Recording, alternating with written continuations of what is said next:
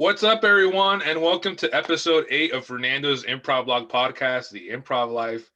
And I have a very special guest today, an amazing man, a wonderful friend, a global improviser, a guy I've known for a few years now and who I just got to respect every year, each year, respect this guy more and more because he's doing amazing things. Please get up for David Escobedo. David, how's it going? Thank you for having me, and thank you for pronouncing my last name correctly. That's very rare, actually. Oh, my God. You know what's funny? I had this weird, it's funny, when I was doing that decision in my brain, I was like, is it Escobedo or Escobedo? And I was like, fuck. With all my Latino friends, they're all their names get butchered all the time. So I'm like, no, I'm going to do that one because it's the correct thing to do. For years, yeah, I don't know, I'm getting older. So before I was like, fine, call me Fernando. If you call me Fernando, that's fine as well. But now I'm like, maybe I'll be Fernando for a while. But I know what you mean, especially you living in England. I imagine your name must be called a bunch of things. Well, I think growing up, I'm very here's one thing that I've talked about, especially. So there's this group called the Socially Distant Improv, and they do ever since when Black Lives Matter got really big after the George Floyd murder, immediately they started doing these anti-racist panels, which is fortunate enough to be a guest. And one of the things I talked about is at a certain level, my culture was taken away from me because I was around, like you're saying, I was around a bunch of people that would not say my last name like you did, Escobedo. It was Escobedo. And to a large degree, I don't really have an ego. So if you say Escobedo, I kind of know who you're talking about. Because I've worked with people, I worked with politicians before, and they're like, you have to spell this name like this, and it has to be this, and so correct. And I'm like, why? You know who I'm talking to. It's just you and I. So I've just never been too blown out of shape. As long as I get the message, as long as I know you're talking to me, you're talking with respect. I don't care if you call me Escobedo. I appreciate the fact that you're talking to me and that you're in my life, kind of thing. But it's very rare that I hear people say my last name correctly. It's funny. My mom all the time. I don't know. This is so stupid. My mom all the time, and I don't know if this is a Latino thing. I don't know if you do this as well. But it's me and my brother, all boys in the family, right? And my brother and I give my mom a hard time all the time. But if anyone were ever to disrespect my mom, both of us would be all over their ass like you wouldn't believe. But when my mom does, she gets so bent out of shape if I say Spanish words incorrectly. So I'll be talking to her and I'll be like, I went to Death by Tacos and I got a taco. And she goes, David, say it right. It's taco. And I was like, I mean, I'm saying it right. I'm saying taco, right? Got a taco and some quesadillas, and she's like, David, and she'll get so irritated. She's like, it's tortilla, it's not tortilla. And I'm not even saying it that bad. Tortilla, that's not that bad. Tortilla's pretty good. Yeah, but she's like, tortilla, you have to say it correctly. And then we were here in England, and one time I ordered nachos, and the woman taking my order, and she's like, would you, and I'm not kidding, she said, would you like some jalapenos? And I'm like, I knew what she was talking about. Yeah, okay, that's fine, I'll take some of those. And then she goes, would you like some guacamole? I was like, I'm sorry? She goes, guacamole? I'm like, hold on a second. I got out my phone because I'm going to take a recorder of her. And she's like, no, do not record me. I'm like, oh, I'm sorry. It's guacamole, but I would love some guacamole. Thank you so much. Guacamole is, I couldn't believe that. I loved it. Guacamole. Is there good Mexican food in England? Oh man, this is such a great topic to randomly start off on. I'm talking about improv. I'm just, I've talked to you in a while. It's just, I just lived in Brazil for 6 months, and the majority of my friends were Mexican Americans, and they were obsessed with finding Mexican food. I mean, I'm very Mexican myself, very culturally, because we're here in SoCal. It's impossible not to be, especially in my immigrant neighborhood. But I kind of accepted that. Hey, we're not going to find good Mexican food. But they were obsessed with finding it, and everything they found was some Brazilian looked up burrito in a dictionary, and then they did their interpretation of it, which was something else. Yeah. So I wonder how it is in England. That's all. Well, it's fantastic. I mean, I really do want to talk about this a little bit. Is that no? There's not a lot of good Mexican food here, to be honest. There's 2 places that are really good. There's one called Death by Tacos. All they do is tacos. They don't do burritos and quesadillas. They don't do Mexican food. They do tacos, but they're fucking awesome. And I'm sorry, are we allowed to cuss on here? Yeah, go for it. This isn't going on Disney Channel. And then there's another place in Liverpool. I think they might have just closed because of the lockdown, but they're called Lucha Libre, and they were really good Mexican food as well. But you find like they have, it's not El Torito, it's something like that, like the enchilada kits at Tesco and all that kind of stuff. And so no, there's not a lot of Mexican food here, but also there's not a lot of awareness as to Mexican culture here. So I had quite a few friends, and I reached out to people privately, and I said, "Hey, you have to be aware of this." Where they would wear like the fake borracho mustaches and the sombreros and the ponchos because they're going for Taco Tuesday, or they're going to a margarita place, and so they would wear like the fake handlebar mustaches. And I'm like, I have to let you know that's culturally insensitive, because you wouldn't dress that way if it was Black culture. You would not dress that way if it was Japanese culture. You wouldn't go to a sushi restaurant in a kimono and everything. And they're like, no, I wouldn't. I'm like, it's exactly the same thing. Like, but that's because being in California, Mexico's right across the border, but here Mexico's way over there. So it seems so, disassociated. And they're doing it because they like the Mexican culture. They're not doing it because they hate it, but it is sort of a mockery of the Mexican culture to have all these people. Not all Mexicans have that mustache. Not all Mexicans wear a sombrero when we walk around, So that's been very interesting. That's been very Oh, just like educate people. Yeah. Are you like the first Mexican American, or just like person of Mexican descent they've met? I would assume that for a lot of them, I probably am. I would assume that, because when approached with this, they were very shocked, and no one's ever confronted them on this. So I have a friend who was working on a show where it was going to be about a Mexican wrestler and how there used to be a bullfighter and they became a Mexican wrestler, and it was a comedy piece, it was a clown piece, and had the handlebar mustache and the mask that and the advertising had tacos and stuff like that. And I reached out, and I love this person. This person is super talented, and I really like this person's work. And I reached out to him. I said, "Hey, are you Mexican, or is someone in your family Mexican, or is the story?" No, I just really like the culture. And I go, "I appreciate that you're creating this as a celebration of culture, but this is not your story to tell. Like, I'm Mexican, and you are going to get people to laugh at you. And basically, if I come see you and there's a bunch of white people in the audience laughing at my culture where I don't get a chance to express myself, that's offensive. That's really bad." And they changed it and everything. But I'm like, there's just this like unawareness of like, oh, Mexico's is a culture itself, isn't it? Oh, it's a whole country with people with culture, because it's so far removed. I mean, like I'm saying, in California, you cannot remove yourself from the Mexican culture. In England, I'm one of the few Mexicans around here. So yeah. Well, I mean, there's reminders that this used to be Mexico all the time, at least in California, because all the names, they all came from, this was Spain. Yes. And then it became Mexico. So like literally, I live in Santa Ana because the guy that used to own this land was called Santa Ana, and that guy was like some colonel in the Spanish army, and he sold it. Some Spanish guy sold it to him, and he became a Mexican. And then, as a Mexican, his family went for a generation. Then he sold to a white guy, but the white guy was like, "Well, he already has a name. I'm not going to change it." Yeah. And one thing that my aunt pointed out to me, which I didn't realize, because I grew up in San Diego, so I didn't realize this, but Balboa Park, I was walking through there with my aunt. She goes, "I love this architecture because it's very Spanish architecture, not Mexican architecture." And I was like, "Oh yeah. Oh, I didn't even think about that." But of course it was. Like, so like a lot of the missions and stuff is more Spanish culture than typically like Mexican culture, even though what we in the United States. Yeah, the missions are totally Spanish culture. So we have Spanish culture, we have Mexican culture, and then the American culture, and they're all intermingling here. It's just they're next to each other, or they fuse that you can't tell, and they all it's Californian, I guess. That's what they call it, right? So that's interesting. So, and I miss. I was gonna say, I miss so much of that. I miss so much of like oh my God, Mexican food. Like, you wouldn't believe. Like, me and Monica, top of our list is like just that like little shitty hole in the wall taco shop down the street. I miss that so much. Oh man. Well, you know what? Let's get into it then. So everyone, I know David so much. I forgot to tell you guys, he's in England. So if you haven't figured it out yet, he's in England, and it's not like he went there on vacation. He went to go live over there. So tell me, David, why did you move to England? Oh, that's a good question. Thank you. And thank you for having me as a guest on here, Fernando. I have so much respect for you too. Thanks, man. You too. Like, honestly, like, as everyone knows, David has become a global improviser.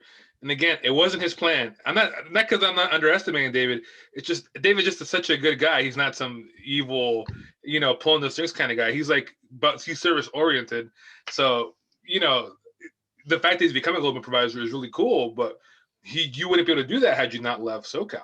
100%. I totally agree with that. That's such an interesting thing for you to bring up, because I think we were talking, I can't remember if we said this when we weren't recording, about how people get kind of enclosed within their community. Like people in LA get kind of like, I think you use the word not provisional. Provincial.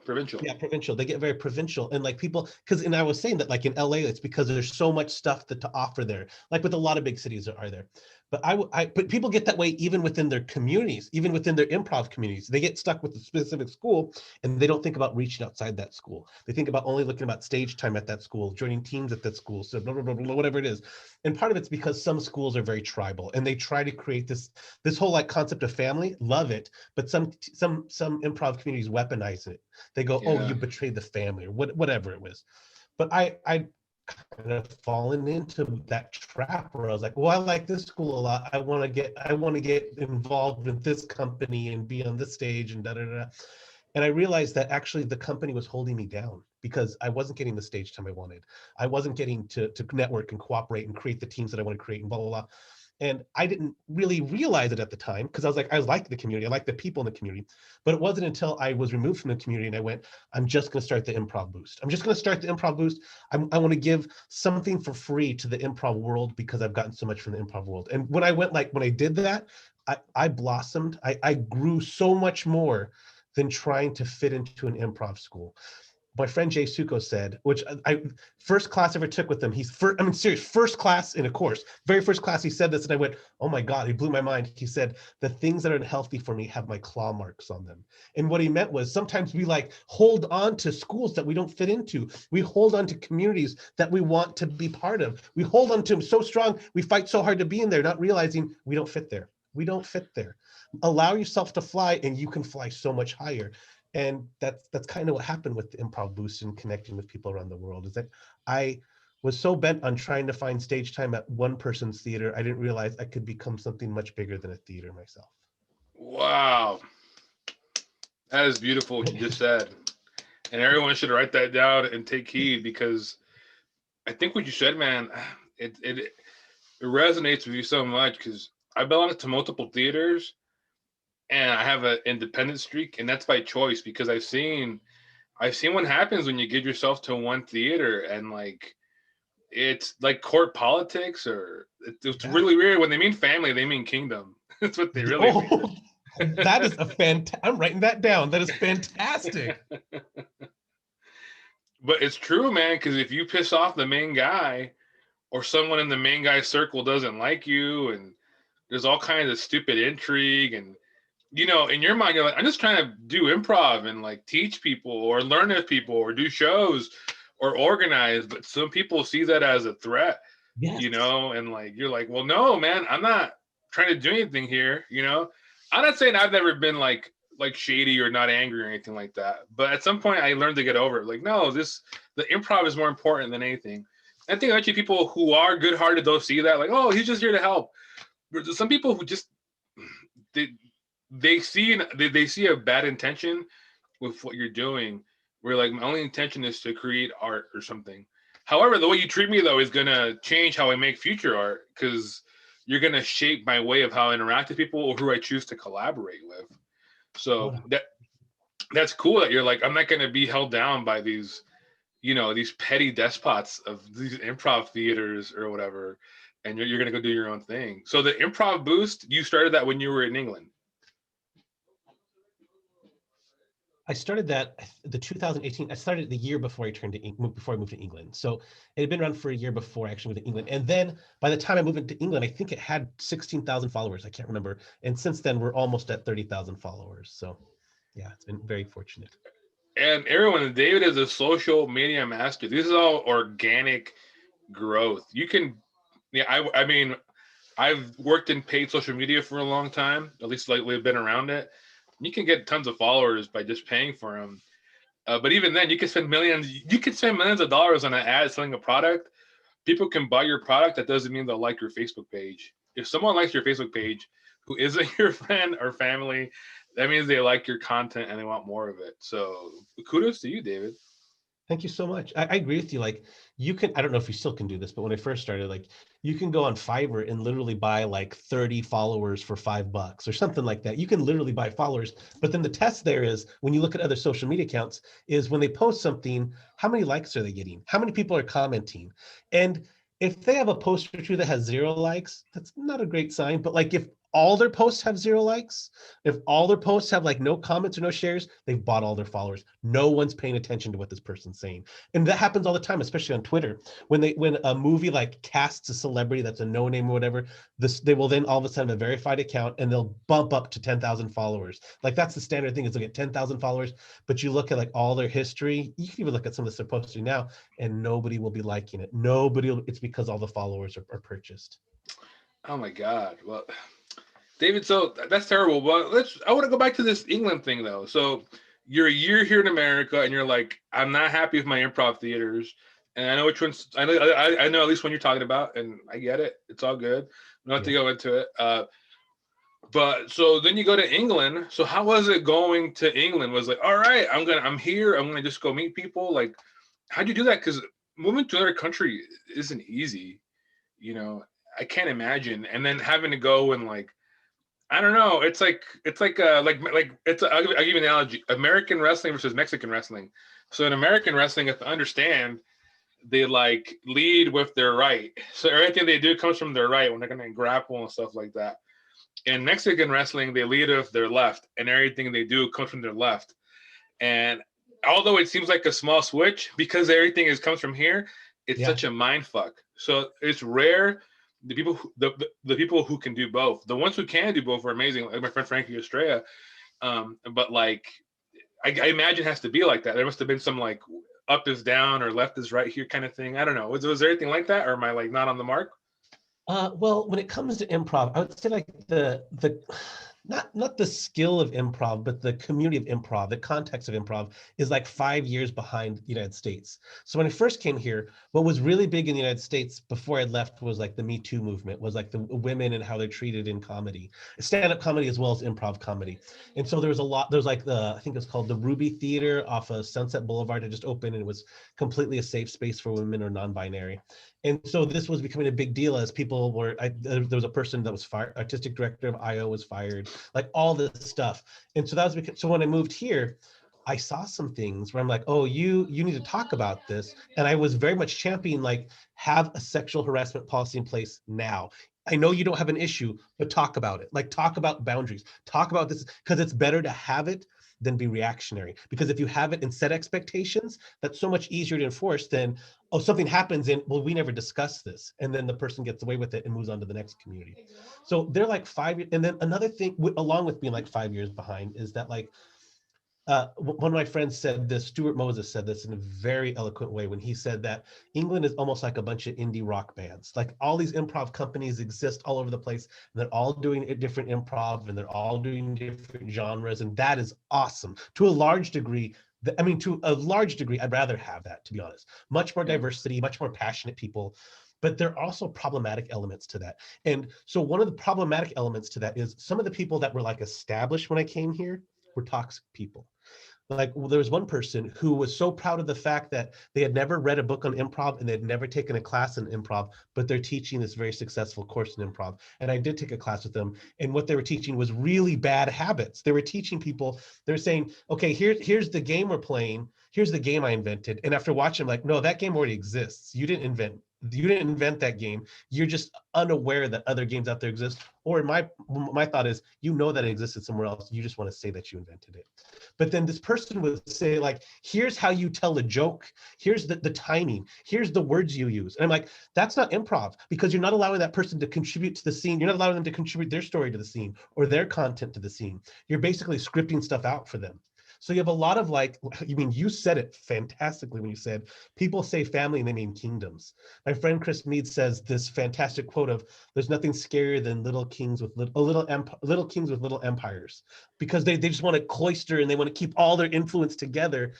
not realizing that that's really unhealthy for the students, because the students should be trying these different improv schools. You should be trying so many different styles of improv. You don't have to like, you can like 5% of it. You don't have to like very much of it at all, but you just have to be aware it exists, because you'll take one little technique at this improv school over here that you didn't like and adapt it to your style, and your style is so different and new. And now you know you can play slow, or now you know you can break the fourth wall, or now you know that formats aren't really that important, whatever it is. Like, so it's so important for people to realize that their journey in improv is not as just someone's students, but as their own personal journey as they go through improv. So you have that, and then you have, like we're talking about politics, you have that tribalism. Oh my God, don't work with, if you go to another school, I will ostracize you from the community. And that happened a lot.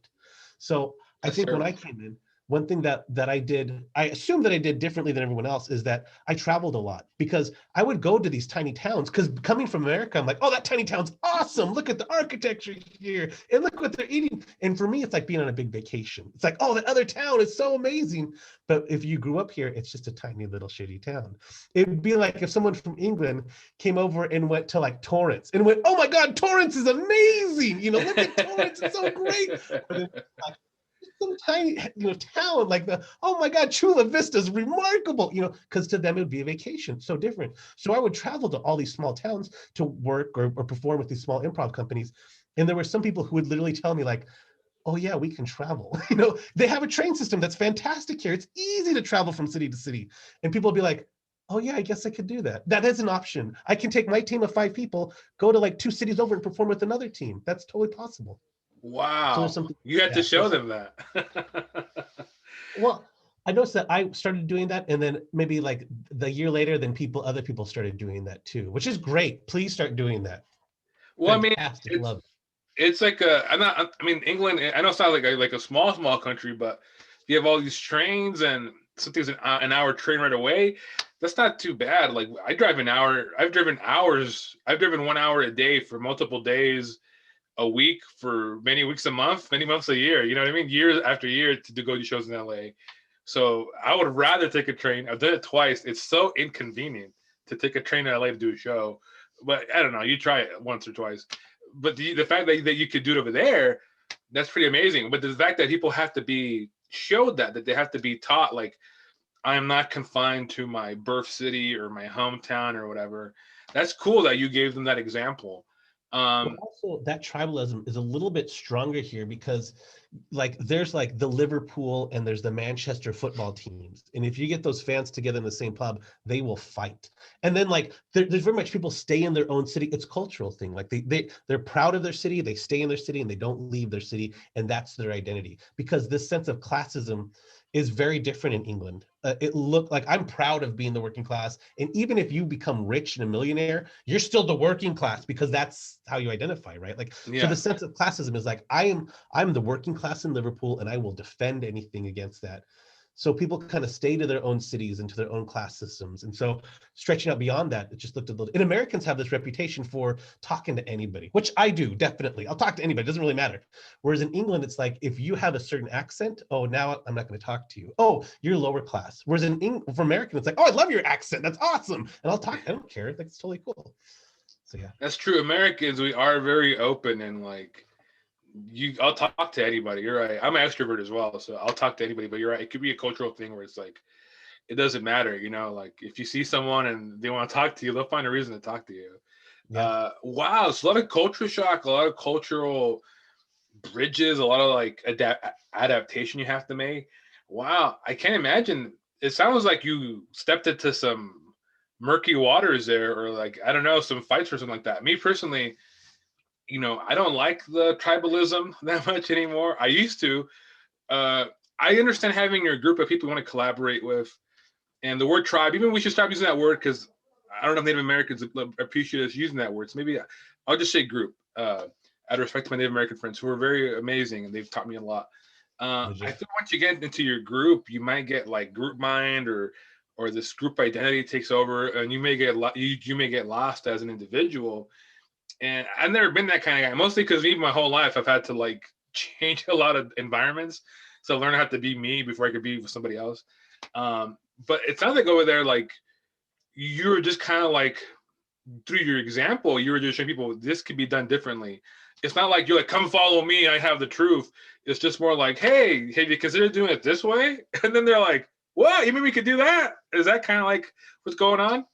I don't know if I'm the big messiah that's led everything, because there are teams that would travel. But when we say teams, I mean like professional teams that get paid to travel to other theaters. But what I noticed is that like just like for fun, like you and your 4 friends take a team to another city. Like it was so weird. There's a team, there's a company here locally, and I don't want to say their name because I'm not a big fan of theirs anymore.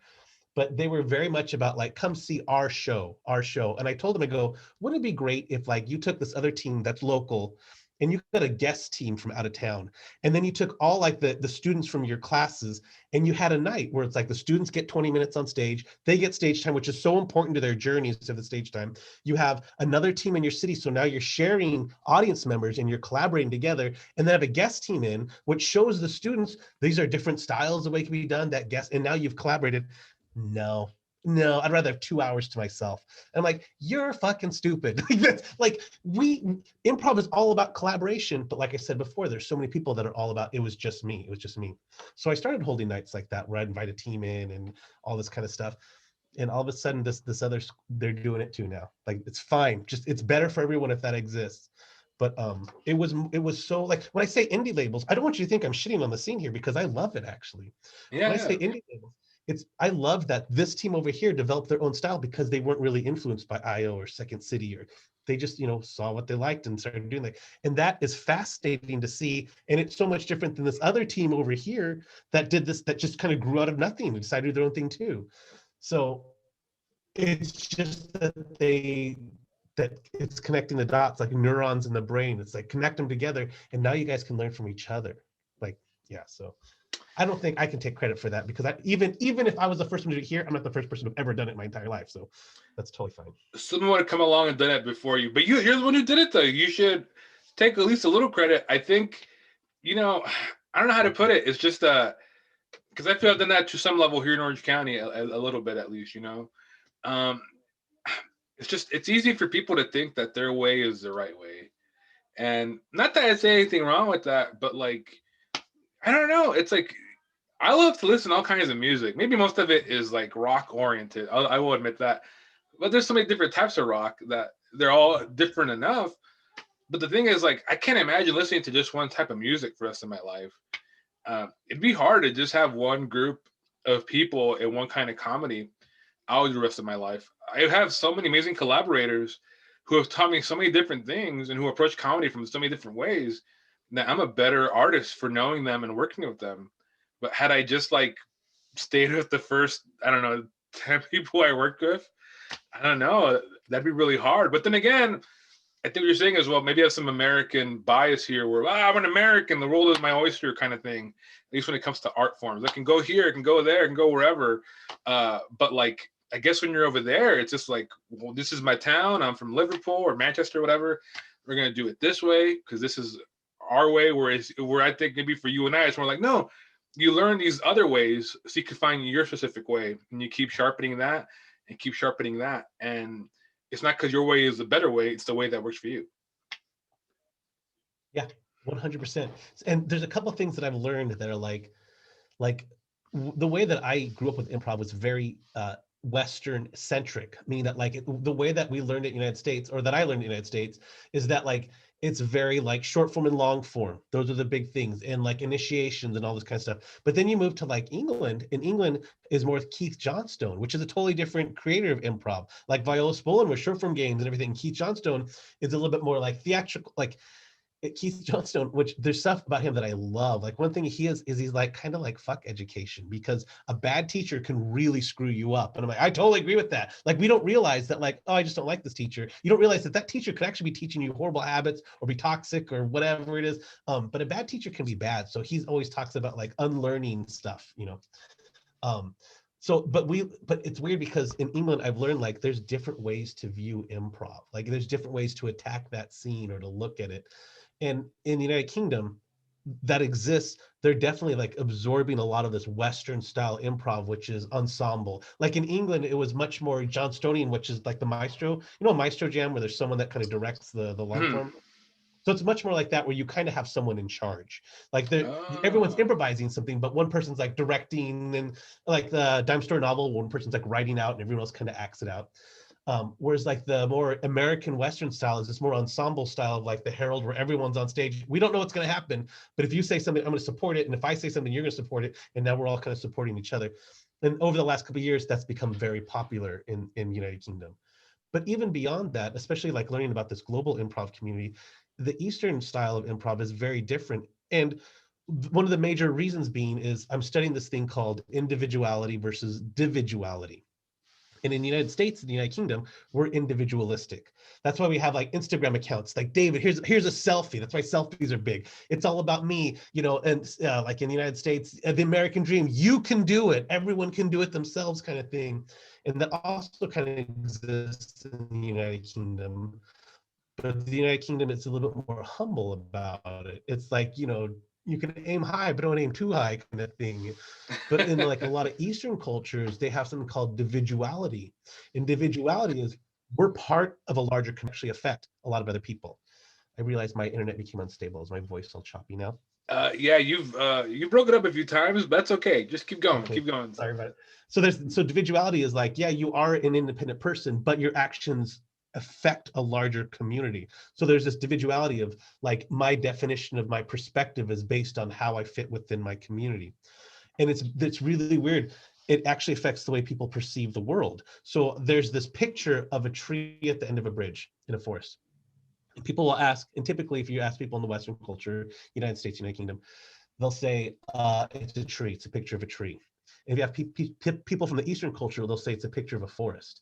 And it's a sign of like, there's people that like focus in on the tree at the very center of the picture and go, there's one perspective here. It's the one singular tree.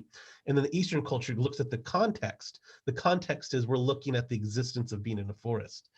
So that also affects the way people do improv, because improv is all about collaboration and listening to each other. And if Eastern cultures already have that sense of it's all about us, you almost have to extrapolate the concept of you're a leader. But if like United States goes, it's all about me, you have to extrapolate the sense of you're a follower. You know, you kind of have to work with the culture that you're in. And so I think we get very like American centric sometimes of going like Del Close and it's all about relationship, and then going, well, other cultures have different ways of looking at it. Like the concept of status is big in England. Like Keith Johnstone talks about like, you know, I have my definition of status to you as a character and you have your definition of status, and status is expressed by how we treat other people. Like how I feel, like, are you a higher status than me? But in America, we teach relationship. We don't really teach status as a component of relationship. But in Eastern cultures, that sense of status is very like passive aggressive. That sense of status is very, it's like subtle. It's super subtle, and it's in tonality and body. Whereas like in England, it might be shine my shoes. And like in America, it's like, I'm amazing. You know, but we're still thinking, but it's just three different levels of thought still attacking the same improv scene, you know? So Wow. So what you're saying is you're increasing your toolkit or your perspectives of how you can approach it. It's like, here's the American way, here's the UK way, here's the Eastern way.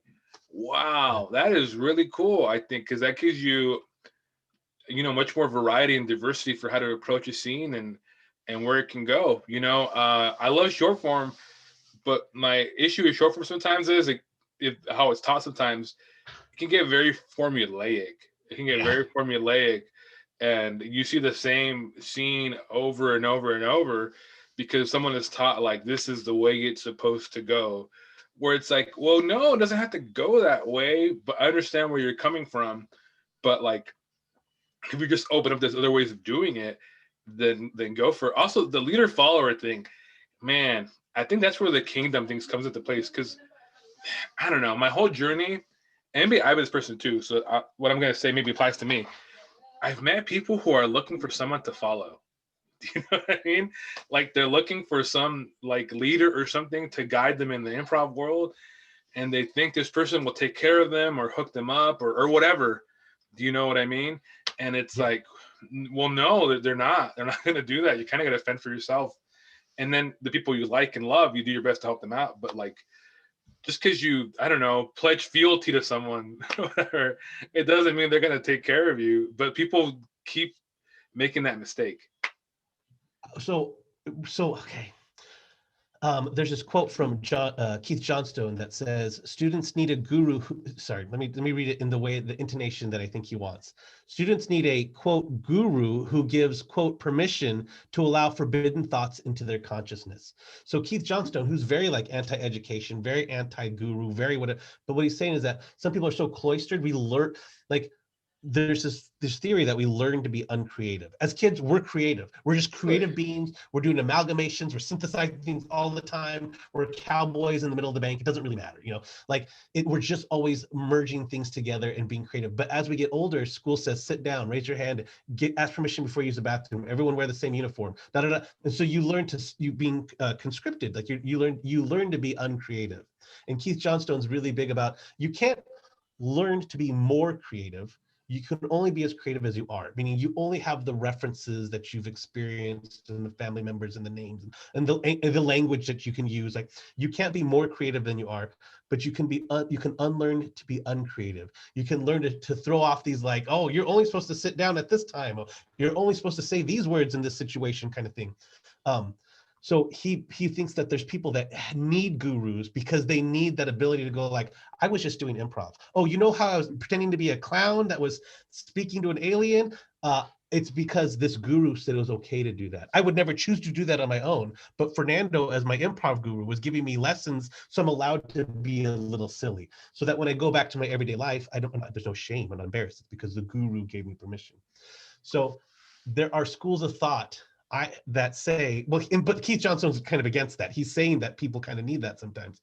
But then you and I both know like Del Close was called like the guru, and there's this like, oh, there's like this celebrity worship in improv. Like, oh, this person is amazing. And I'm like, we don't need, you're amazing. You be your own guru. You don't need another person to appease, because then you're gonna spend your whole life being a follower. You be a leader. You be the guru. Like, I know, man. It's funny. There is a lot of like celebrity worship and like guru seeking, whatever, in improv. And like maybe because you and I have similar journeys, I've never belonged to like a big improv school, or I've never had like a mentor really like take me on. I always kind of had to like beg for attention or guidance or whatever. So I've kind of been forced to be my own mentor in a lot of ways, or I don't know, read a book or something, or like, try shit out myself. Which, I don't mind. I would have loved to have a mentor or something like that, but like it didn't happen. You know what I mean? But at the same time, I'm happy though, because like it's almost like Jedi and Sith. It's like you see there's like this teacher and there's like his assistant, and they're like, and that's like, this is how you do things. And the assistant's like, yes, in the absence of my master, I will teach his way and I will carry on. And it's kind of like, well, some of the stuff is bullshit. And they're like, well, I don't have a comeback for that in the philosophy I've learned. So you're banished or you're or whatever. You know what I mean? Yeah, 100%. So I had to teach myself. I started in San Diego. I started in Escobedo, which is very North County, San Diego. Like there's a bunch of cow farms and avocado fields when I was a kid. So there weren't like a lot of like, there's no improv schools. There's no major improv schools. There's a small theater sports school in downtown San Diego, like an hour away from me. But I remember going to the class going, this is not for me. So I really had to like develop my own sense of improv. So for like 15 years, I learned improv by watching shows, by reading books. Internet was just developing at that time. Like, so I had to develop my own style of improv.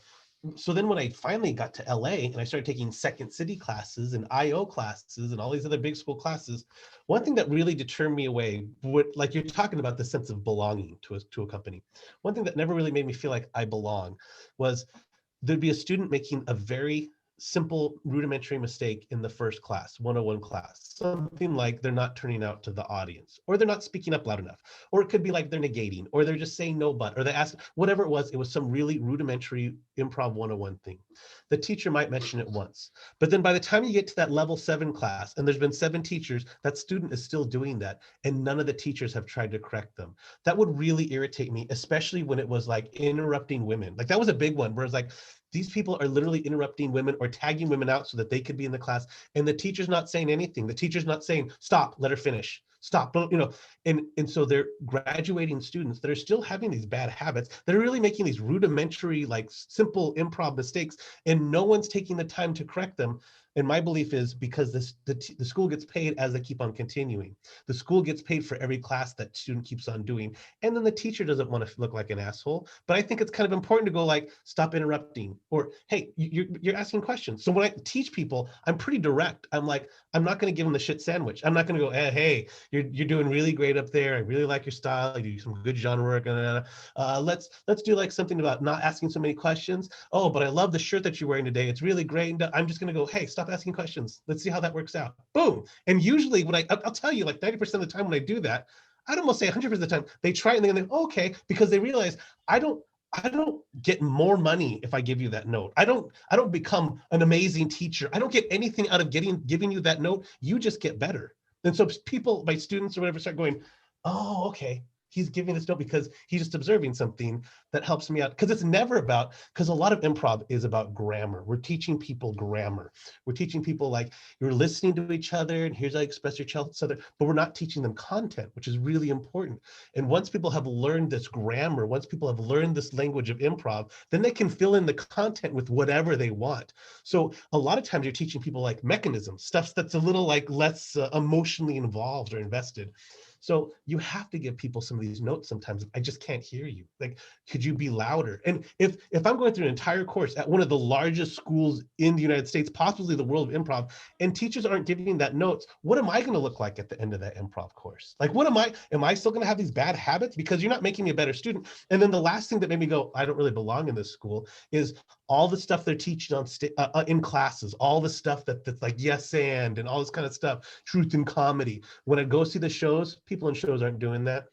So they're casting people in shows. They're putting shows up there to make money, to draw audiences in, but they're proving that if you go, whatever they teach is not what they value, because they value these people that are making money by bringing people to shows, but what they're teaching is not what they're putting on stage. And so I went, okay, I'm not quite sure what kind of improviser will be at the end of your course. And it's not putting me on your stage because that's not what you value. I don't think I necessarily belong here. But I could have that critical method or that critical thinking skills, because for the first 15 years of improv, I had to figure it out myself. I had to like learn all these skills by myself and go, what works and what doesn't work. And how can I be the kind of person, this is probably one of the biggest tests, how can I be the kind of person that other people want to work with? Like, it's not just about, oh, am I the funniest? It's like, I have to allow space. I have to welcome people to the stage and to be peers in a performance, as opposed to I'm just going to steamroll everybody with my comedy.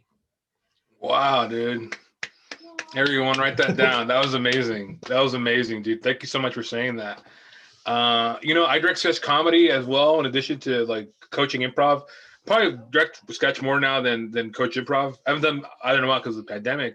But like a lot of times I have to tell someone like, hey, cheat out, and I have to literally go and like adjust them. And when I go and I adjust them, it's not because I'm trying to be condescending or anything like that. I'm just trying to be like, you have to be in this posture because the audience has to see you. 100%. That's all. It's never condescending or anything like that. Yeah. Or with improv, if I give a note, you're right, the shit sandwich or whatever it is. I used to do that, but now it's just sometimes more like, hey, I'm giving you this note. This is the improv reasoning behind it. I'm not trying to attack you or anything like that. I'm just trying to give you luckily for me, a lot of my improv is performance based, or I've done a ton of shows. I've done hundreds of shows by now, maybe 1,000 shows. I don't want to too much, but then hundreds and hundreds of shows where I learn how the audience responds to you. And I'm like, sometimes when you ask questions, like, well, the way it comes off like you don't know what you're doing, or you don't come off like you have a character, or you're putting this work on your partner. Like, I'm just saying, like, you have to consider the experience of the audience when you're doing improv. So that's how I kind of teach improv a lot of ways. But it's not something like you're just trying to show someone like, hey, like, I'm just trying to make you a better improviser. I'm not trying to humiliate you or aggrandize myself. I'm just trying to be a good teacher here. So don't take it personal. But you're right. I have no teachers who are like, this is my moment to really shit on someone. This is my moment to show why I'm the teacher or something like that. And like, if that's happened to you a lot as a student, I could see why you'd be afraid to want to take risks or like try something new. So that's cool that you're teaching from that perspective. I'm like, I'm trying to teach you the grammar. It's funny, as a writer, once I learned grammar, I still fuck it up right now and then. I have to learn it more. But once you master grammar, your ability as a writer opens up so much, because you know what you can do and what you can do. You can break rules consciously and know why you're breaking them because you're making a stylistic point. You're making some sort of a stylistic choice, but like you need to know it. And it's the same with improv. If you don't know yes and why we don't ask questions, breaking character, or why you should break character, that kind of stuff, like you're just going to be so limited and you're going to be so constrained. Yeah, I think that, so you brought up the point of that if there's a teacher that is constantly crapping on you, then you'll be less apt to take risks. But I think there's like the opposite end of that spectrum that's equally as dangerous. There are teachers that can create an environment that all they do is praise you, meaning what they're actually selling you is not any improv skills. What they're selling you is the sense of belonging. Because I've seen teachers where they're actually teaching poor habits, they're actually teaching poor skills, they're actually teaching people not to listen or not to be present or whatever it is, but all they're going is, oh, fantastic up there, okay, the next group up. And I'm like, no, you're a school teaching like an art form. Like you need to be able to give people techniques that are valuable. We had, so I'm going to school at the University of Chester, and there's a certain point where we were interviewing teachers, and I was in this focus group to help interview teachers. And this one teacher came in, and we played these games. We did these like not improv games, we did this theater games of like everyone worked together and construct this thing and da da da. And they left, and the evaluator's like, "What do you guys think?" I said, "I had a lot of fun." But what did I learn? I didn't learn anything. I didn't learn like, here's how you cheat out, here's how you listen. Like, yeah, we played a game, and I think with Violet Bulletin, games teach us to compete at our highest level, but there was not a skill that they pointed out to say, here's the skill, or here's the point, here's how you can be better, here's what my class is teaching you. And there's so many teachers, reason I say this is dangerous, there's so many teachers that create this community of like you can never fail, or this like, it's almost like a drug. Is what they're really doing is buying into people's insecurities and not really teaching them improv. And I would say 99% of the time, whenever I've seen that, it's because that teacher wants to be seen as a guru, not because they literally want to help people, but it's because they want they want an empire, they want a kingdom. And the way they do this is just by feeding you a bunch of bullshit. Let me feed you everything you want to hear so you come back, instead of literally trying to help people learn and become better and become more skills. And a lot of times I've seen these teachers, they do it because they don't know how to teach improv. They do know how to blow up someone's ego, but they don't know the skills that they should be teaching. They don't know what listening really means, or observing, or silence. There's this phrase that improv happens in the silence, like telling people to like shut up and take a second, like so things can process, is usually when the audience like leans in the most. But if you have teachers that don't know that kind of stuff, they've just learned an exercise, they read a book and they don't know how to teach that exercise, but they keep on just blowing up everyone's ego. Everyone might come back, they're selling tickets, people might more students, but they're not getting better necessarily. They're not, they go to, this is why I say you need to travel. They'll go to another improv school and be like, oh my God, I'm actually learning something, or this is fantastic. And it'll blow their mind. Instead of like just getting that, like, I'm a good person. Now they've been empowered to be a superhero. So I think there's actually a danger in just telling people what they want to hear, and not giving them any constructive notes, and just kind of going, hey, we're all drunk here. We're drunk on each other's egos. No, I think improv is such a beautiful, it's like a grammar. If you're not teaching people a grammar, you're just kind of like patting each other on the back and going home. Dude, I feel you 100% everything what you're saying right now. For a while there, like maybe 2 years ago, I was teaching the Spectacles Friday drop-ins, which were amazing. Thank you to Matt Thomas for the opportunity. And like I was teaching the drop-ins, and I learned a lot in those drop-ins. They were amazing drop-ins. So I'm like, fuck, all right, I gotta teach now. What am I gonna do? So I came up with a workshop, but I'm like, what am I doing here? I'm like, what is the point of this? I'm like, oh, okay, every exercise has to lead up to your big lesson, or there's all these tiny lessons that you have to, put front and center to reinforce your big lesson once it comes time for it. Or Yeah. you say this is the big lesson, and then you work backwards through tiny lessons to, prove it or whatever like that. Yeah, that's And fantastic. That's great. yeah, well, because it's like, okay, we're doing this game to get this skill, make you conscious of this skill you're going to have to exercise right now.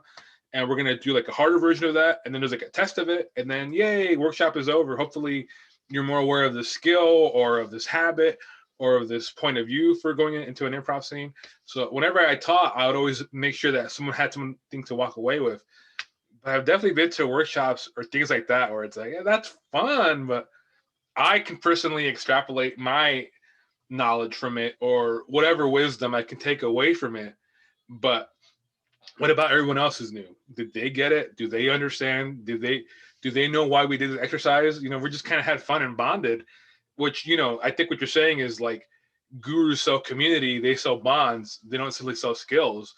But people come back, people want both, but Yes. sometimes there's a balance, man. Sometimes there's a balance of like, which one do you want more? Do you want the skills or do you want the bond? And I could see how there's plenty of people out there who are like cult leaders who are like, I'll give you community. I'm guilty of that too. Maybe I've done it before in my past, you know. I'll give you community, but just give me your soul or kind of thing like that. Yeah. You know, but it's like, no, you have to teach skills. You have to actually teach people how to get better at it. Because also, like, I don't know, you want to be nice to them. Also, if it comes back to someone that you taught them and they're shitty student, like, I'm not going to study with that person. I don't want to work with them. I mean, I'm not saying that's why I teach or doing like that. I mean, if you teach or direct, it's because you want to help people.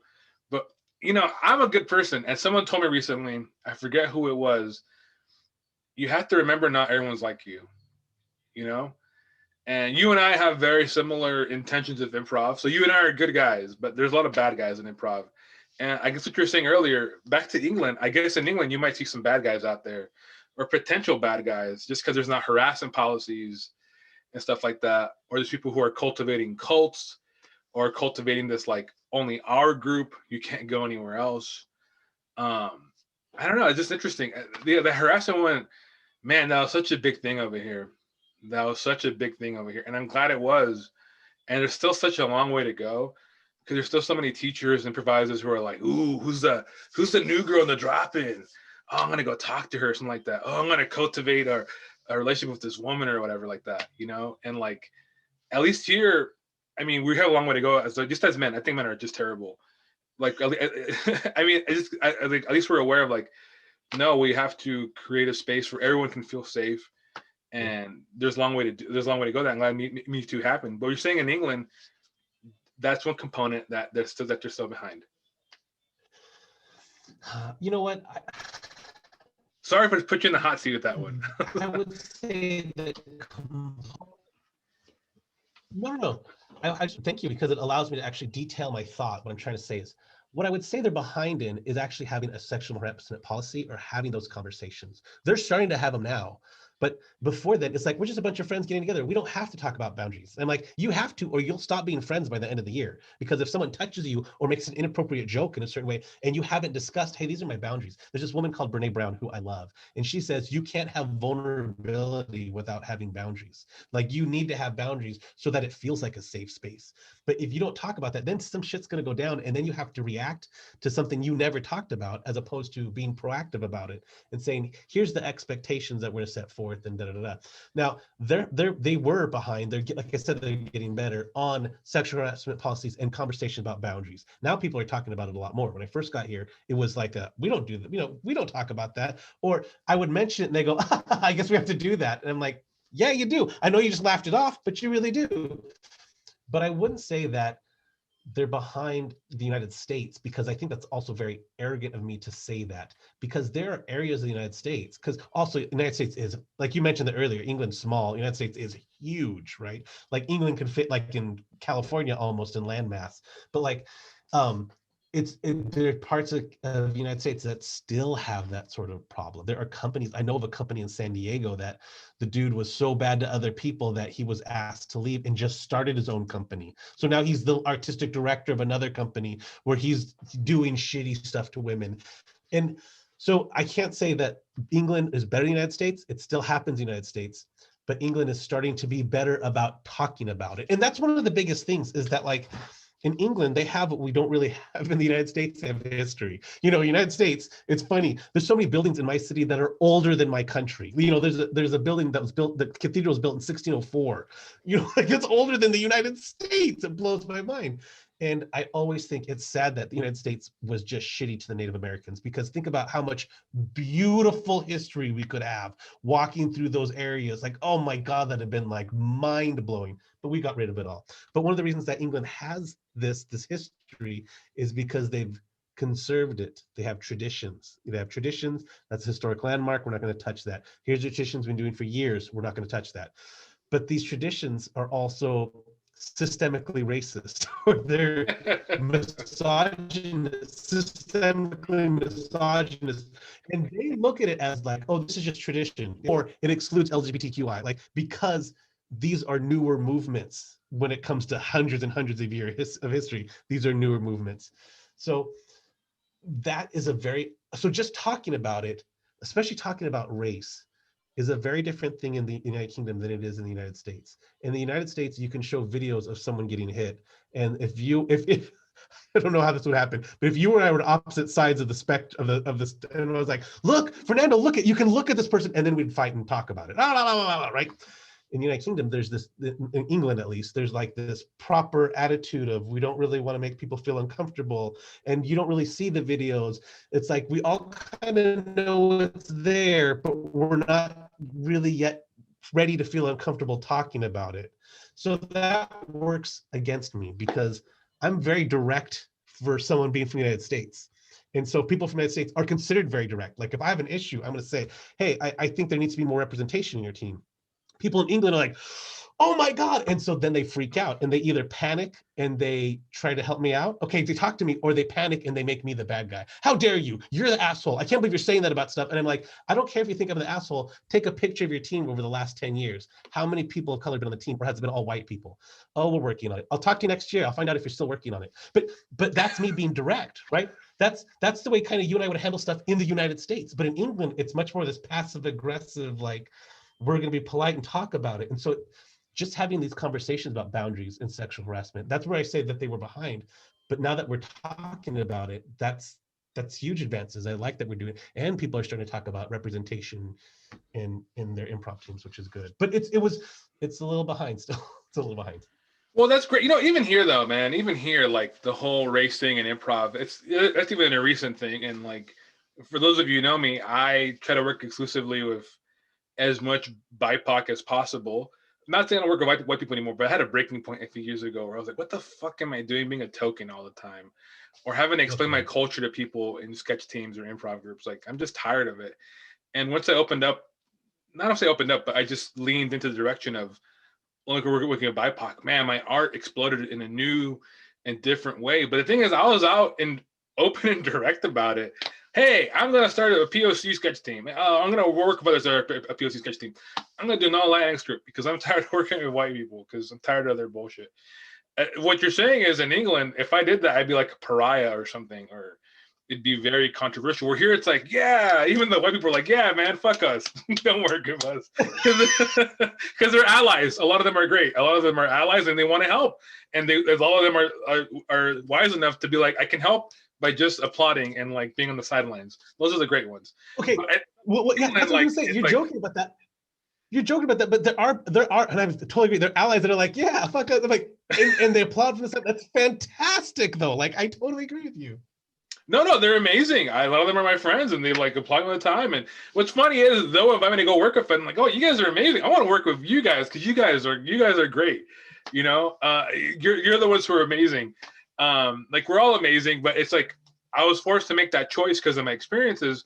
If I did it in England, it'd be like, all right, everyone, Fernando is blacklisted, or do not work with him. So it's funny how you have to navigate these things.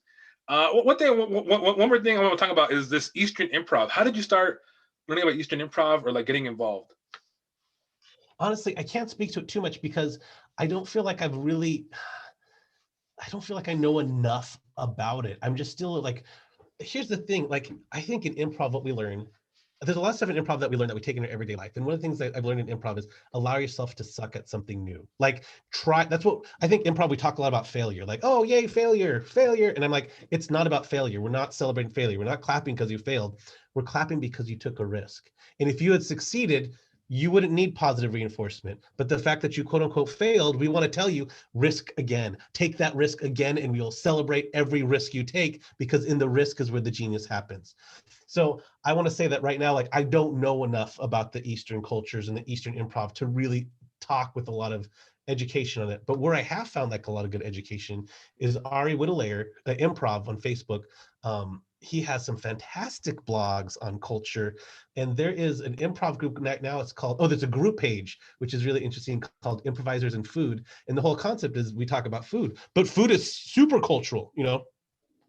What I eat and what my soul food is very different than what someone from the United Kingdom eats, what someone in a different city eats, you know. So it's a very cool, subtle way to talk about the differences in culture. We're all just talking about food because we can also try other people's foods and ask them about their foods. And some of us a lot of people have traveled to like other countries to go, oh yeah, I've been there and here's what I have. And now let me ask you about your culture, kind of thing. There's also Jay Villanueva, who teaches in the Philippines. Fantastic. Kim Tran, who teaches in Hong Kong. Fantastic. So I've been talking to people, but I haven't been teaching or taking classes there. And I think that'd be a much different way of learning about the culture and the improv culture there. So I can't really speak on it too much. I just know it's different. I know people in the United States get very like, it's Del Close. Oh, do you know who IO is? Not everybody in the world knows who IO is. Like, and we don't have to know who they are to do improv. We don't have, because like when you try to get teachers for a festival, you try to get teachers for your workshop at your school. If I throw out names, I took classes at Second City. I took classes with Dave Rosowski. I took classes, those are buzzwords. Oh, people know that, but not everyone around the world. You know, if I go to Hong Kong and I say those things, like that doesn't mean anything to anybody. It's weird. When I first moved here, I try to get people to come and take little tours, try to get people to come and, do you want to come to England? And we'll get you to teach a couple workshops across England. And they're like, I will, but it has to pay for itself. And I'm like, dude, nobody knows you here. That's the ego. It's like people in LA might know who you are. People in Chicago might know who you are. You're not known around the world. I can't sell out a workshop about June purpleness. Like if your name's June, like who's June? People in England are like, I don't care about learning from you. I'm going to learn from someone I know here, right? So I can't promise you a workshop in 10 cities that's going to pay for your entire flight and hotels in England because nobody knows who you are. People know who you are in LA. That's like the provincial thing you're talking about. So I think we just, as United States Americans, need to get our head out of our ass and go, there's so much more improv going on around the world. And people don't worship our style of improv. Like it's not the most amazing improv in the world. It's just like, I mean, you kind of touched on this earlier. I think an improv team is fantastic when there's people that have differences on it. If you're from different backgrounds, different age groups, because then people bring in these references. If everyone's on this very similar, if they're all white males, all the references are going to be the same. People are going to go, that's better for group mind, but then it's going to be the same show all the time. But if you have all these different references, you're going to learn stuff and you're going to listen. And so one of the ways you do that is by having a coach. If you have everyone on the team and they're giving each other notes, there's really no positive way to give each other notes because the way that I do improv is going to be different than the way that you do improv. But if a coach is that third eye, like you're talking about how you're a teacher and you'll tell people you need to cheat out because they're just giving you notes to make you better because you're communicating not only to each other, but to the audience. And you have to make sure that you're getting that message to the audience. And so the coach goes, okay, here's people from a bunch of different backgrounds. Let's all just listen to each other and not pushing a heavy premise. Not try to crack this joke. Try to listen to the other person and we'll come up with something so unique that no one's ever seen before. There's this woman, Liz Allen, who I love as an improv teacher. She's amazing. And she said, the improv show that probably everybody would like is probably not one that I would like because it's probably one that I've seen 100 times before. Like the show that's really commercially viable is probably a really boring show, to be honest. But the teams that have like good shows and bad shows, I'm interested in those teams. Like the teams that don't have the best percentage, but do have like fantastic shows. Like I'm interested in the improv that's messy around the edges, that's a little like frayed, because that's so unique and authentic and genuine. And people are truly connecting in those moments, as opposed to everyone just kind of absorbing the same narrative that we've seen all the time of the person getting coffee or the country mouse, city mouse scene. We've seen it 100,000 times. Like, instead of all of us like having this shared reference, let's find each other's references. Yeah, another nugget of wisdom. Thank you so much, David. Very enlightened by you because you're someone who you genuinely love improv and you genuinely love people and you want to elevate both as much as possible, and that's so refreshing to see. I appreciate everything you said today. So, how much longer will you be in England? Are you going to become a permanent dude over there, David? Because you've been there for a few years now, right? Or are we going to come back home soon? What's next in David's journey? I love England. Like I said, I'll go to small little cities and I'll be like, I want to spend a whole week here. And if, like I said, but it'd be like living in LA and going to spend a week like in Bellflower. It's like, oh, Bellflower's amazing. Oh my God, you know. And if you grew up in LA, you're like, there's nothing to do in Bellflower. There's probably some good food, I bet you, but there's like nothing to like go. Whereas me just like walking around and trying the food and talking to people. So it's everyone's kind of like average day here is my like discovery, my day of discovery. So I love it here. The people are so nice. It's funny that but it's constantly evolving. To answer your question, the way that Trump has made Americans viewed across the world is so destructive.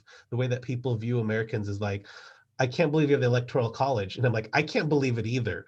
Or like something that England has that's phenomenal is the NHS, is like this national healthcare system. It's like, if I get hurt, I can go get a surgery and not be broke by the weekend's over. You know, if I have to get a surgery, I'm not going to be destitute when it's over. I'm not going to owe $80,000. And people will literally ask me, so if you get cancer in the United States and you can't afford treatment, do you die?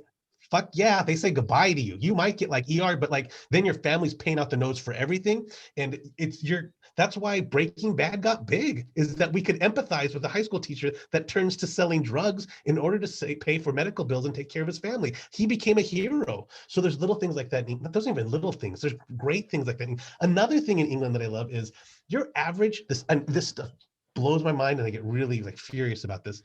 So Monica and I would travel and we would go to like a sandwich shop and we pick up a sandwich on the train and be like, we expect it to be like shitty food. Like, we'll get 2 burgers, we're just starving.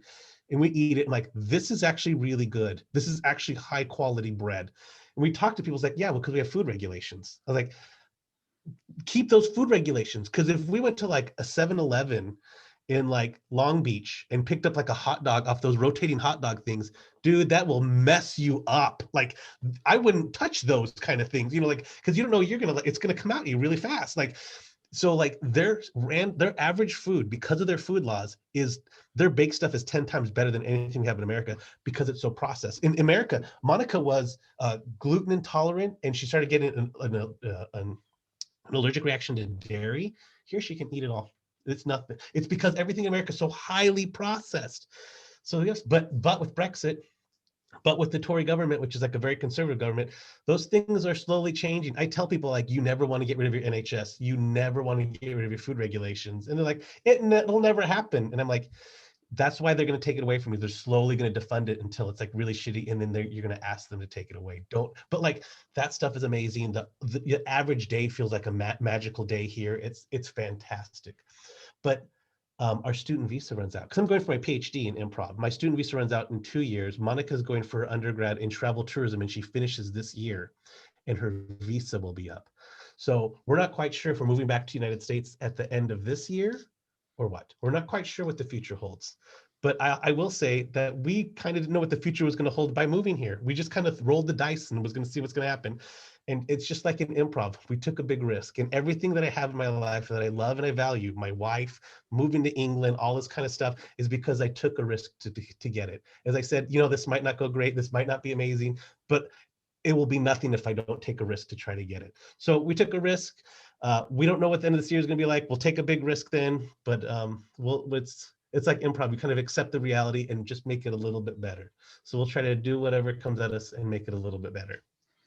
Wow, David, thank you so much. I think with that, that's the perfect way to end today's podcast. I hope everything goes well for you and Monica and that you guys keep having this amazing life in England and that you keep sharing with us here in America because we're all inspired by it. At least I am. And I hope that you keep working on your PhD. I want to read it once it's ready, once you defend it and everything like that. Before we go, where can we find you? What is the best way to stay in touch with you, follow you online and all that stuff? You can find me on the Improv Boost on Facebook, Twitter, Instagram, and www.improvboost.com. But I think what I would like to do is point you in the direction of some other improv resources that are fantastic. There's the Art of Yes on Facebook. That's fantastic. Today Improv, which is run by Jay Suko. That's amazing. Improv MKE in Milwaukee. Awesome classes, awesome teacher. And I want everyone who's listening to explore improv. I don't need to be elevated. The other people that are doing fantastic stuff in improv need to be elevated. Stuff like this podcast. Now, this podcast is amazing because it does what I really like, where it raises a specific voice in improv. You're not trying to sell a brand. You're not trying to sell classes at Second City. You're saying, here's my genuine, authentic experience in improv. And as the years go on, we'll realize these are the most valuable fucking things that come out of improv. So support those companies that I mentioned. There's a bunch more out there. The Black Improv Alliance is amazing. There's a bunch out there, but just support improv and just discover improv and become your own guru. Be a patchwork of all the things that you discover. All right. Well, David, thank you so much for being on here. Everyone, you can find all those links inside the YouTube description, inside the blog description. I want to thank my amazing guest, David Escobedo, for being here today. This has been the Improv Live, Fernando's Improv Blog podcast. Thank you very much, and see you next time. Goodbye.